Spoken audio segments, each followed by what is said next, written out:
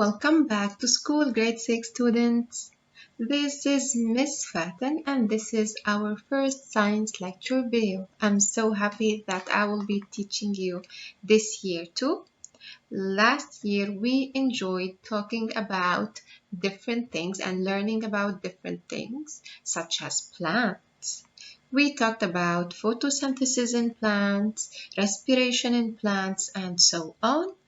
This time, or in this lecture video, we will be talking about what builds a plant, the basic units of all living things and not only plants. If you take a piece of the skin of a tomato fruit under a microscope, you will see such things. Tiny things next to each other, organized almost in the same way. These are the cells. Cells are the basic units that build an organism, not only a plant. In this case, we took a tomato. Let me give you another example. Here are the cheek cells, cells from the cheek. So, all organisms are made of cells. An organism is a living thing. So here I'm talking about people, animals, and plants.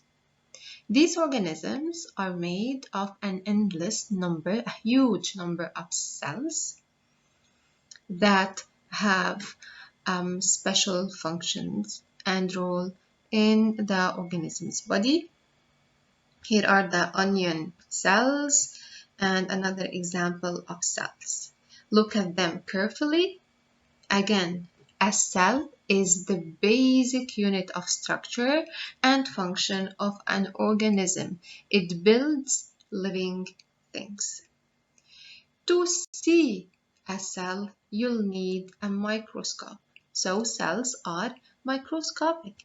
You cannot see them with your eyes. You'll need a microscope.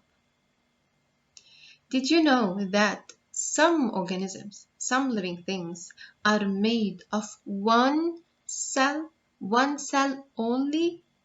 Our bodies, for example, are made of millions of cells. But in nature, there are living things that are made of one cell, and we call them unicellular organism. Look at this. Here is an example of microorganism. A microorganism is a unicellular organism. In the previous slides, we saw different types of cells. These different cells have different colors, different functions, different shapes, different sizes, but they all have common things. They have things in common. All cells have an outer membrane. That's what we call a cell membrane, the outside of the cell.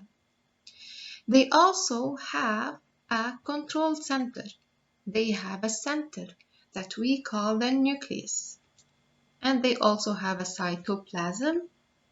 The space around the nucleus is called the cytoplasm. Look at this.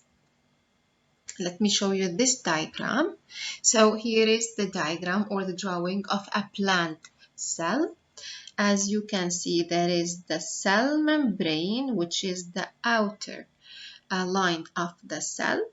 There is the nucleus, which is the control center, and the space around the nucleus is the cytoplasm. Okay? Inside the cell or in the cytoplasm, you can see different other stuff. We call them organelles. Look at this. What's an organelle? An organelle is a small machine. Let's say it's a machine, it's a structure. It is found in the cytoplasm of a cell and it performs or it does a special job. Okay, let me repeat. So here is another type of cells. All cells have a cell membrane. They have a nucleus and they have a cytoplasm. Okay, let's compare a plant cell and an animal cell. Guys, plants are composed or formed by plant cells. People and animals have animal cells. So there are two types of cells, plant cells and animal cells. Let's see what's the difference between these two types of cells. Both have a cell membrane, which is the outer side or the outer line of the cell. Both have a nucleus. Both also have a cytoplasm, which is the inside of the cell. Both have vacuoles. Okay, so the vacuole isn't shown in here, but also animal cells have vacuoles, which are empty organelles that help in digestion and so on. We'll talk about functions of the organelles later on. Both have vacuoles. Both have mitochondria. What's a mitochondrion? I'll talk about it later on, but they have mitochondria. Okay? The difference right now is that plant cells have a cell wall. It's like they have double outer line. So here is the cell membrane, and the one in the outside is the cell wall of the plant cell. The plant cell has also chloroplast. Does the word chloroplast remind you of anything? Chlorophyll, right. Plants contain, or plant leaves contain the chlorophyll that gives the plants their green color and that catches sunlight. So plant cells have chloroplasts, for sure animal cells don't. Again, let's compare an animal cell to a plant cell. Both have a cell membrane,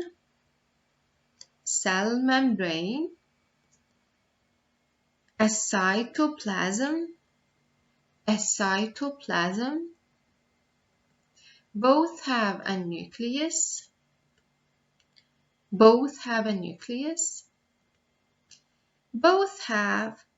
mitochondria, mitochondria. Now, the plant cell has a cell wall and it has chloroplasts. Animal cells do not have a cell wall. They do not have chloroplasts. And that's it. I think the lesson is super easy, right? You just need to revise what compose a cell. So the basic unit of structure and function of living things, of all living things, is the cell. Unicellular organisms are made of one cell, one cell. Multicellular organisms, like us, we are composed of a huge number of cells. Okay?